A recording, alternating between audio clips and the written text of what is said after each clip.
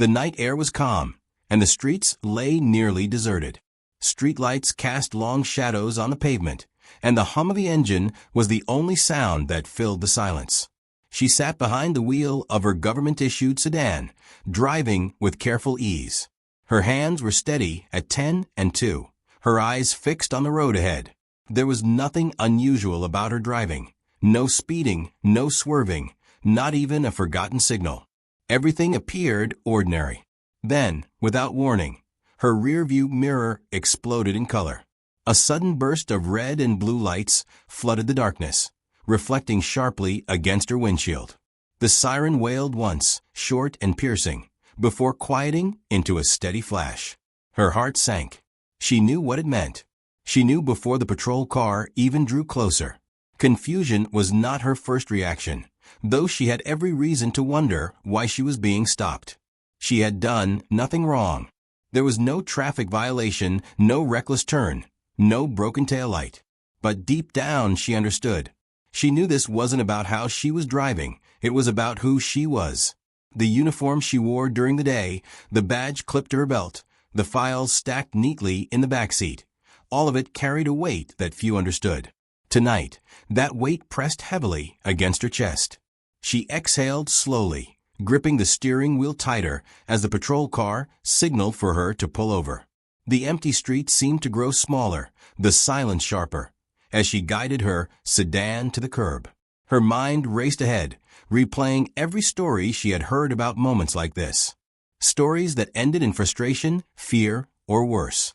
She reminded herself to remain calm, to keep her voice steady, her movements clear, her expression neutral.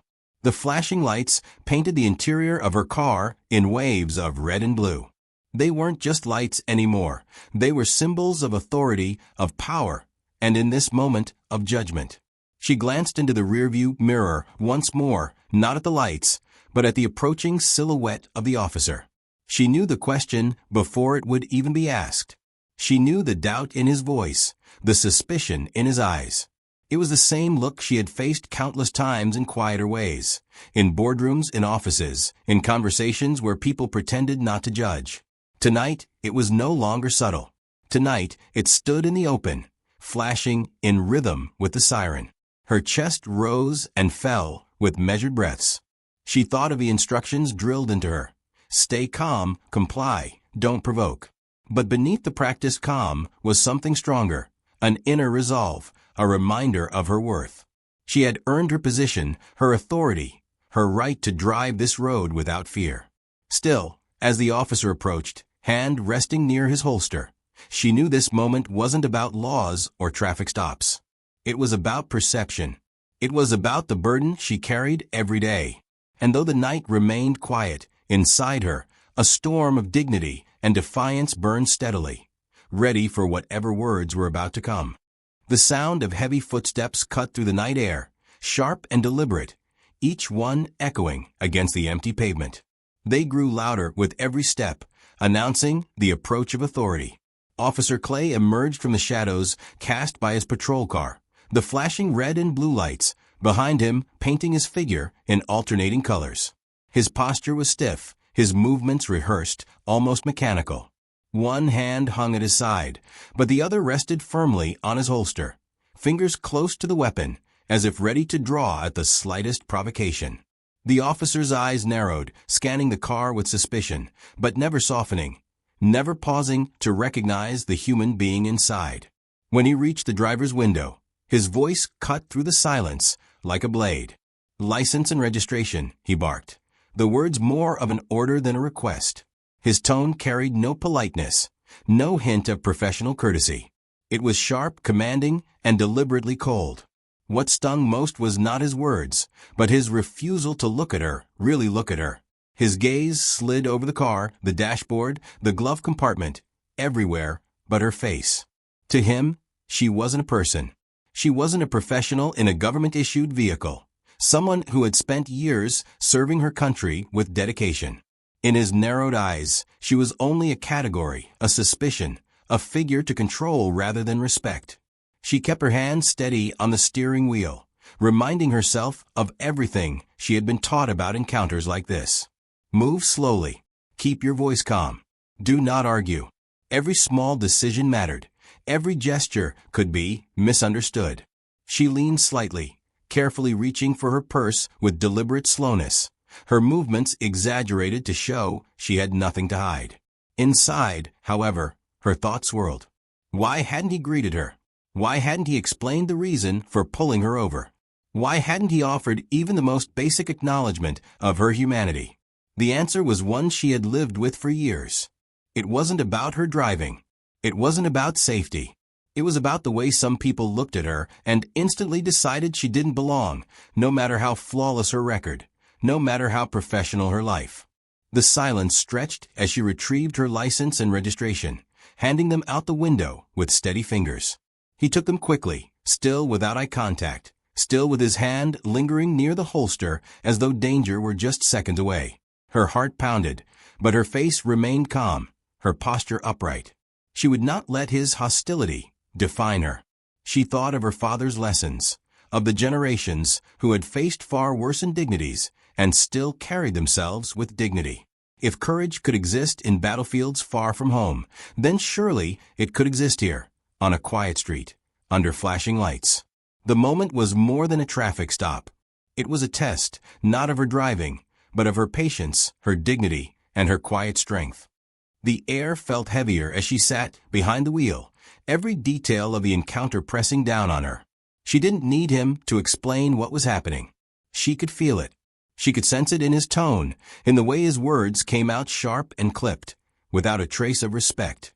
She could hear it in the bark of his demand, in the way he leaned on authority rather than courtesy. It wasn't about protocol. It was about power. The suspicion was clear, written not in words, but in posture. His narrowed eyes, the stiff set of his jaw, the way his hand hovered near his holster, it all screamed distrust. He didn't see a driver calmly pulled to the side of the road. He didn't see a government-issued vehicle handled with care. Instead, in his mind, he had already decided she was a problem, a potential threat, someone who needed to be controlled. The assumption followed quickly behind the suspicion, as predictable as it was painful. He looked at her skin before he looked at anything else. To him, her identity began and ended with the color he saw through the window. He didn't imagine her education, her years of service, or the rank she carried with pride. He didn't stop to consider that she might be more than a stereotype, more than the prejudices stamped into his thinking. To him, she was only a black woman behind the wheel, and that was enough to decide how he treated her. The dismissive tone sealed it. His voice had carried no warmth, no recognition of her humanity. He hadn't bothered with a simple courtesy like "good evening" or "ma'am." He had skipped over the professional steps of explaining the stop or offering reassurance. His words weren't shaped for conversation, but for command. The message was clear. He didn't see her as someone worth his respect. She was just another stop on another night, filed away in the same category as every assumption he had ever made. What he could not see, what he would never imagine, was the truth of who she was. Beneath the calm face and controlled breathing sat a woman who had risen through the ranks of one of the most demanding branches of law enforcement. She was not a rookie, not a civilian, not someone unaware of her rights. She was the second highest officer in internal affairs, a position earned through relentless discipline, sharp intelligence, and unshakable integrity. Her rank carried authority. Her badge carried weight. Her presence should have commanded respect. Yet in this moment, none of that mattered, because all he allowed himself to see was skin color and assumption. She sat quietly, her heart steady, not because she was unaffected, but because she refused to let him strip away her dignity. He saw only what his prejudice allowed. She knew the depth of her worth, and she carried it like armor. This was not just a traffic stop. It was the collision of perception and truth, the small-minded vision of a single officer against the vast reality of a woman who had earned her place in power. The order came abruptly, cutting through the tense silence like a command on a battlefield. "Step out of the vehicle," Officer Clay said, his voice firm and unyielding. It wasn't a request. It wasn't a polite suggestion. It was an instruction wrapped in authority, one that carried an unspoken warning. Refuse, and the situation will escalate. For a brief moment, she sat still, hands resting lightly on the steering wheel, eyes fixed on the faint glow of the street ahead. The air felt heavier now, the weight of the situation pressing down on her chest. The streetlight above flickered uncertainly, throwing shifting shadows across the road. Each pulse of light stretched their silhouettes long and thin, twisting them across the pavement like silent witnesses. The scene had the eerie stillness of a stage before the next act of a tense drama. With a steady breath, she complied. There was no panic in her movements, no sudden gestures that could be misinterpreted. Every action was slow, deliberate, calculated. She knew better than to give him even the smallest excuse to justify aggression. She unbuckled her seatbelt carefully, opened the door without hurry, and stepped out into the cool night air with measured grace. She was calm on the surface, but beneath that calm exterior was a storm of conflicting emotions. Frustration at the unjust treatment, anger at the way suspicion had replaced fairness, sadness at how predictable it all felt. Yet overriding all of it was discipline. The same discipline that had carried her through years of investigations, interrogations, and confrontations far more dangerous than this one. Part of that discipline was knowing that in this moment, the truth was her greatest defense, and the truth would be captured. She was fully aware that everything happening, every word spoken, every gesture made, was being recorded from multiple angles. The small blinking light on Officer Clay's chest confirmed his body camera was running, and the steady red dot on her dashboard camera reassured her that her own evidence was being documented too. That knowledge gave her strength. Cameras were impartial witnesses. They did not twist stories or blur facts. They would capture the tone in his voice, the tension in his posture, the caution in her movements. Later, if questions arose, if accusations were thrown, there would be proof, cold, clear, and undeniable. The officer stepped back slightly, his hand still near his holster, as if expecting resistance. But none came. She stood beside her car with quiet dignity, her posture upright, her gaze unwavering. The flickering light caught the edge of her badge tucked just beneath her coat, a silent reminder of who she truly was. This was no ordinary traffic stop. It had become a stage where prejudice, power, and professionalism collided. Yet she refused to be the one who lost control. She would let the evidence speak. She would let the truth unfold frame by frame. And in the end, the record would show exactly who acted with fear and who stood with calm, unshakable strength. The questions began the moment her feet touched the pavement. Officer Clay's voice was sharp, almost accusatory, each word loaded with assumption rather than inquiry. He didn't ask her where she was coming from or where she was headed, questions a neutral officer might use to open a conversation. Instead, his first words struck like accusations disguised as routine procedure. "Do you have any drugs in the car?" he demanded, his tone heavy with suspicion. Before she could even process the insult, the next question came. "Any weapons? Knives? Guns?" He paused just long enough to glance at her steadily, then added the cruelest assumption of all. "Any gang affiliations I should know about?" The words cut deep. Each one was more than a question. It was a judgment. In his eyes, she wasn't a professional in a government vehicle. She wasn't a decorated officer who had spent years upholding the very law he was sworn to serve. She was, in his mind, a stereotype. His questions revealed what he saw when he looked at her. Not discipline, not rank, not honor, but criminality. The sting was real, sharp as glass. Yet she refused to flinch. She knew that reacting in anger, snapping back, or defending herself too quickly would only fuel his assumptions. Instead, she stood still, her face calm, her hands at her sides. Silence, she knew, could sometimes be more powerful than words. Inside, however, her mind was anything but quiet. She was memorizing everything. Every question, every pause, every subtle shift in his tone. She watched the way his eyes moved, the way his hand hovered close to his holster, as if he expected trouble. She noted the way his words skipped past respect and landed squarely on accusation. Each detail was being stored with precision, filed away in her memory like evidence in a case. This was not passive silence. This was active observation. Years of training in internal affairs had sharpened her instincts. She had been taught that patience could unravel even the strongest facade. By remaining composed, she allowed him to expose his own bias, his own misconduct. Every word he spoke was being recorded, not only by his body cam and her dashboard camera, but by her sharp, disciplined memory. She thought back to countless investigations she had overseen. Officers who believed their authority placed them above scrutiny often revealed themselves in moments exactly like this, when they thought no one of significance was watching. Tonight, he had no idea who stood before him.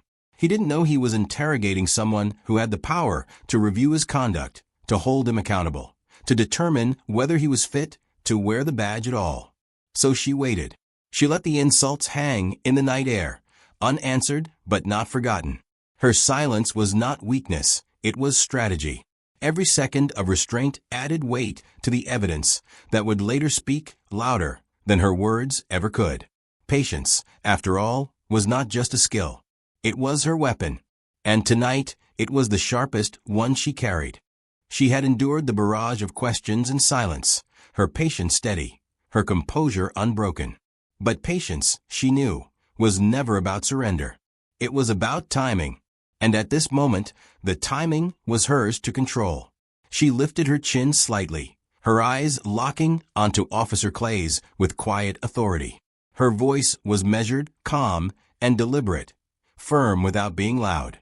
"Officer Clay," she said evenly, each syllable carrying weight, "you might want to check the credentials in my wallet before you continue." The words hung in the air like a sudden shift in the wind. For the first time since the stop began, her voice cut through his assumptions. It wasn't defensive or pleading. It wasn't the voice of someone trying to prove innocence. It was the voice of someone who already knew where this encounter was headed, and knew exactly how to end it. Officer Clay's eyes narrowed further, suspicion flickering. With a quick, almost irritated motion, he snatched the wallet from her hand, as though her statement had been nothing more than a stall tactic. He flipped it open with little care, expecting nothing more than a driver's license or some flimsy identification he could dismiss. But then he froze. The street light overhead flickered again, its pale glow falling directly across the badge inside her wallet. The polished metal gleamed, catching the red and blue flashes from his own patrol car. The engraved words left no room for doubt. Head of Internal Affairs, State Police. In that instant, the power dynamic shifted completely. The officer who had barked questions with casual arrogance now stood face to face with the very authority responsible for monitoring and disciplining officers like him. The badge in his hand was not just a symbol, it was a mirror, reflecting back the truth of his actions. For her, the moment was more than vindication. It was proof of what she had known from the beginning. Prejudice thrives in assumption. He had seen only a black woman behind the wheel, and decided she fit his script of suspicion. He had never imagined that the very person he tried to intimidate held one of the highest oversight positions in law enforcement. Her calmness remained unshaken as she watched the realization spread across his face. His jaw tightened, his hand faltered, and the false confidence that had carried him so far began to crumble. She didn't need to gloat, didn't need to raise her voice. The badge spoke louder than anything she could say. The silence stretched between them, heavy and undeniable. For the first time, he was forced to look at her, not as a stereotype, not as an assumed threat, but as the authority she truly was. She had waited for this exact moment, not out of revenge, but to let the truth reveal itself. And under the flickering streetlight, with her badge gleaming in his hand, the truth could no longer be ignored. The instant Officer Clay saw the badge, the transformation in his demeanor was unmistakable. The confidence that had guided his every word and gesture vanished in an instant. The color drained from his face, leaving his skin pale and tight with shock. His mouth opened, but no words of authority came out, only fragments of a sentence, broken by stammers. "Ma'am, he began, his voice no longer steady or commanding, but weak, hesitant, and unrecognizable. For a man who had spent the last several minutes projecting dominance, The sudden shift was almost painful to watch. The same officer who had demanded her license, who had ordered her out of the car, who had assumed control of the situation without hesitation, now stood awkwardly, searching for footing that no longer existed. His body betrayed him a step backward, as though retreating would undo what had just been revealed. But retreat was impossible, because he wasn't the only one who had seen the badge.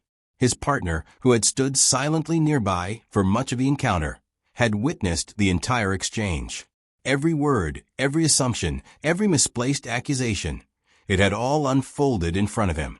And now, with the badge's undeniable authority shining under the streetlight, the truth was out in the open. There was no covering it up, no rewriting the narrative, no pretending this was just another routine stop. The power dynamic flipped in a heartbeat. Moments earlier, the woman had seemed cornered, subjected to suspicion, her dignity tested by a man who thought he held all the power. But now the roles were reversed. Officer Clay was the one caught in the spotlight, his actions laid bare for judgment. His partner's eyes told the story clearly. You went too far. You made a mistake. And now she knows it. The scene carried a weight far greater than the individuals standing there. It was not just about one officer's arrogance or one woman's resilience. It was about the fragile yet undeniable truth that authority is never absolute. Power built on assumption can collapse in an instant when confronted with reality. Officer Clay's badge had given him authority, but her badge gave her something greater, the right to hold him accountable. Her silence in that moment was louder than any words she could have spoken. She didn't need to respond to his stammering apology. She didn't need to argue or explain. The truth had already spoken for her, and the shame painted across his face said the rest. The air was heavy, thick with the realization that every second of this encounter had been recorded, on his body camera, on her dashboard camera, and now, in the eyes of his partner. The shift was final and undeniable. In just a heartbeat, the officer who had started with control ended up stripped of it, left vulnerable under the very authority he had underestimated.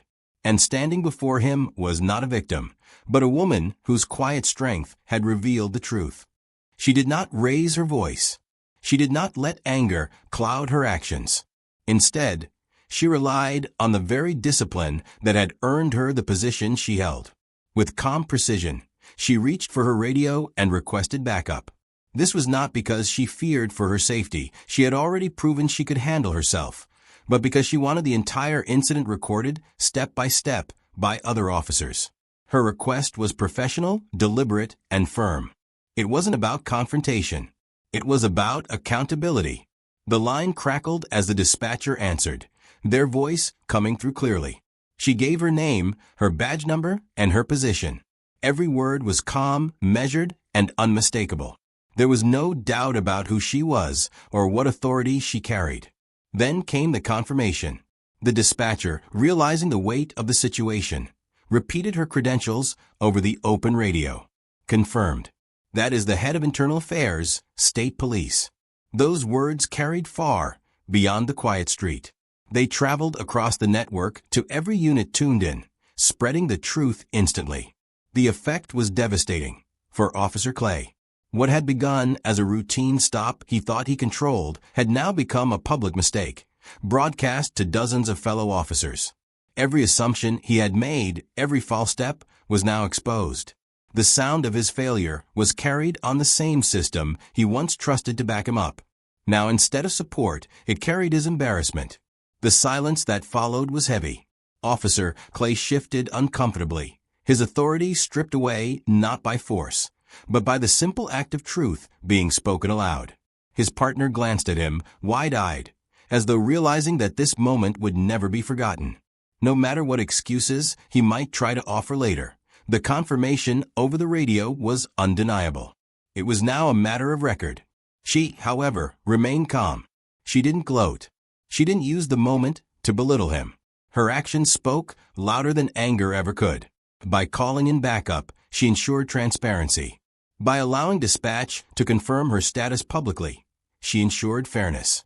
What she demonstrated was not only control, but also integrity. The difference between them was clear. He had tried to use suspicion, intimidation, and assumptions to command the situation. She used professionalism, truth, and procedure. And in the end, it was her approach that prevailed. The streetlight flickered above, casting long shadows across the pavement, but there was no shadow of doubt left. Every officer listening to the radio now knew exactly who she was and exactly how poorly the stop had been handled. What had started as an attempt to diminish her had instead amplified her strength. She hadn't just defended herself. She had turned the very system that was meant to protect officers into the tool that revealed the truth. And in that moment, her calm request had done more damage to Officer Clay's reputation than any heated argument ever could. She did not let the moment pass without demanding accountability. Calmly but firmly, she turned to Officer Clay and asked the questions that mattered most. Her voice carried steady authority, not raised in anger, but sharpened with purpose. "Why did you stop me?" she asked. The words were simple, but they cut through the silence of the night. Then she pressed further. "What did you see that made me a suspect?" These were not casual questions. They were the very foundation of lawful policing. Every stop, every search, every action taken by an officer must have a clear and justified reason. Her questions demanded those reasons, yet none came. Officer Clay opened his mouth, then shut it again. His eyes darted to the ground, to his partner, to the badge glinting in her hand, but never to her face. The confidence that had guided him when he barked orders earlier was gone. He had no words because there had been no reason, only assumption, only bias. The silence that followed was deafening. It stretched on, heavy and uncomfortable, each second exposing him further. In that silence, the truth spoke louder than any excuse could have. The absence of an answer was itself an admission. He hadn't stopped her because of her driving. He hadn't stopped her because of evidence of a crime. He had stopped her because of what he thought he saw, a black woman behind the wheel late at night. That alone had been enough for him to assume suspicion. She did not need him to say it out loud. His inability to answer confirmed everything she already knew. And yet, she stood there, giving him the chance to speak, to justify himself, to show even a hint of professionalism. He gave her nothing. His silence was more powerful than a confession because it revealed the truth without words. There had been no cause, no legal ground, no fairness in his actions. Her partner shifted uncomfortably, sensing the weight of the moment. He had witnessed the stop, the questions, the humiliation, and now the silence. He knew, as every officer listening over the radio now knew, that Officer Clay had failed the most basic test of his duty. To act without cause is not just a mistake, it is a violation of trust. The street around them seemed to hold its breath. The flickering light above illuminated the scene, as if spotlighting the contrast between dignity and shame. She stood upright, calm and unwavering, embodying the discipline and fairness her badge represented. He stood opposite her, exposed, unable to meet her gaze, undone not by her anger, but by her simple, necessary questions. In that silence, the power shifted completely. He had tried to use authority to silence her. Instead, her questions had silenced him. And in doing so, she showed everyone watching, her dash cam, his body cam, his partner, and the entire department listening over the radio, that the truth doesn't always need shouting. Sometimes, silence is the loudest answer of all. The consequences of the traffic stop unfolded quickly, faster than Officer Clay could have imagined. Within just a few hours, Internal Affairs formally opened an investigation into his behavior. What had begun as a routine stop in his mind was now the center of official scrutiny. The very department he had unknowingly challenged was the one now examining every second of his actions. The first step was his body camera footage. What he once wore as protection, a tool to back up his version of events, had become the strongest piece of evidence against him. The video captured everything. His tone of voice, his questions about drugs and gangs, his demand that she step out of the car, and his stunned reaction when her badge was revealed. It also captured the silence, the part where she asked him why he had stopped her, and he could not provide an answer. That silence, frozen on tape, spoke volumes. It was evidence that could not be erased, edited, or excused. As investigators reviewed the footage, they did not stop there. They dug into his history as an officer. Old records began to resurface, files of complaints that had once been buried under paperwork or brushed aside as minor. Citizens who had come forward before with concerns about his behavior now suddenly had their words revisited. Patterns began to appear, and those patterns painted a troubling picture. What she experienced that night was not a single mistake, not an isolated lapse in judgment. It was part of something bigger, something that had been building in his record for years. The irony was undeniable. For so long, Officer Clay had believed he could exploit the system. He assumed the badge on his chest, and the authority it gave him would shield him from consequences. He thought body cams and paperwork were there to protect him, not hold him accountable. But the very system he leaned on for cover had now turned against him.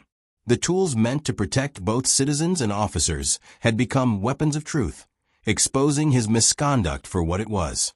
The investigation was no longer just about one traffic stop. It was about trust, fairness, and the responsibility that comes with wearing a badge. Internal Affairs treated the case with urgency because it wasn't only her dignity at stake. It was the reputation of the entire department. To ignore the evidence would be to admit that misconduct could be tolerated. And in this case, the evidence was overwhelming. For Officer Clay, the realization hit hard. The authority he once wielded so casually was slipping away. The silence he thought might pass unnoticed had instead become the loudest statement of all. His career, his reputation, and his future in law enforcement were now under the harsh light of accountability. In the end, the system he thought he could manipulate reminded him of a simple truth. Power without responsibility always collapses under the weight of its own abuse. The very next morning, the story was everywhere. Headlines lit up across television channels, online newspapers, and social media feeds. One headline captured it all with brutal simplicity. Racist cop stops head of Internal Affairs. The word spread like wildfire, carrying the weight of shock, irony, and outrage. A police officer had stopped a woman he assumed was powerless, only to discover she was one of the most powerful figures in law enforcement oversight. The public reaction was immediate. Communities across the city and even beyond rallied around her. People were drawn not only to the irony of the incident, but also to the way she had handled it. Many expected anger, confrontation, or shouting when faced with such blatant disrespect. Instead, what they saw was different, something far more powerful. She had stood her ground firmly, but without rage. She had relied on calmness, precision, and professionalism, even when she was being humiliated. That composure turned her into a symbol of strength and dignity. Her actions sparked an urgent national conversation. People began to ask hard questions about bias in policing. How many other drivers had been pulled over under false suspicion? How many had not had the protection of a badge or a title to defend them? The story made clear that if this could happen to the head of Internal Affairs, it could happen to anyone. And for many, that realization was both frightening and motivating. Activists, community leaders, and civil rights organizations used the story as proof of the systemic issues they had been raising for years. This wasn't just about one officer's poor judgment. It was about training, culture, and accountability within law enforcement itself. Calls for reform grew louder. Training programs on implicit bias, racial profiling, and accountability were pushed to the front of the debate. City councils scheduled emergency meetings. Police departments across the country quietly reviewed their own policies, aware that the public eye was now sharper and more critical than ever. Social media played its part, too. Clips of the body cam footage circulated widely, showing her calm response and his inability to answer her questions. Hashtags trended overnight. Messages of support poured in, celebrating her courage and composure. For many, she became a role model, proof that standing firm without losing control could be more powerful than shouting back. Within her own department, younger officers especially looked up to her differently. She had demonstrated that true authority didn't come from intimidation or assumption, but from fairness, discipline, and truth. She turned what could have been a personal humiliation into a public lesson, not only for the officer who stopped her, but for the entire system he represented. By the end of the day, one fact was clear. This was no longer just a traffic stop. It was a turning point, a catalyst for change. And it was all because one woman, in one quiet but powerful moment, chose dignity over anger and professionalism over fear. The spotlight on her story grew so intense that the department arranged for her to give a public, televised statement. On the day of the announcement, the room was filled with reporters, cameras, and officials. Viewers across the state, and soon the entire nation, tuned in to hear directly from the woman whose strength had already become a symbol. When she stepped up to the podium, the room fell silent. She didn't appear angry, nor did she look burdened by the weight of the attention. Instead, her expression carried calm determination, the same presence she had shown on the night of the stop. She adjusted the microphone, looked directly into the camera lens, and began to speak. Her words were measured, powerful, and deeply personal. "I didn't choose to be stopped," she said, acknowledging the injustice of the incident. It was something forced upon her, a reminder of how bias could reach anyone, no matter their rank or title. But I chose how to respond. With this, she shifted the focus away from victimhood and toward empowerment. She showed the difference between letting injustice define you and choosing to define your own reaction. Then she delivered a line that resonated across the nation. "Power isn't just a badge, it's using it to hold systems accountable." This was more than a statement. It was a challenge to every officer, every leader, and every citizen listening. True authority, she explained, did not come from the symbol worn on a uniform. It came from how one used that authority to protect, to serve, and to demand accountability, even within the very systems that granted it. She turned her message outward, beyond her own story, offering inspiration to anyone who had ever felt underestimated. "If you've been underestimated," she continued, "stay steady. Your dignity can dismantle prejudice." These words carried hope and strength, encouraging people not to give up when faced with unfairness or bias. Instead of fighting rage with rage, she showed that calm strength and dignity could be just as powerful, if not more. When she finished speaking, the audience in the room rose to their feet in a standing ovation. Reporters lowered their cameras for a moment to clap. Officials nodded in respect, and viewers at home felt the weight of her words echo beyond the screen. It wasn't just applause for her. It was recognition of a larger truth she had voiced, that one person's courage and composure could spark change that rippled far beyond a single traffic stop. Her statement became a turning point. The video was replayed countless times on television and shared widely on social media. Commentators praised her for turning personal humiliation into a public call for reform. Communities that had once felt ignored found new strength in her message. By walking off the podium with grace and leaving behind words of resilience, she proved that real reform doesn't always begin with loud protests or political battles. Sometimes it begins with one person standing steady, speaking truth, and showing the world that dignity is stronger than prejudice.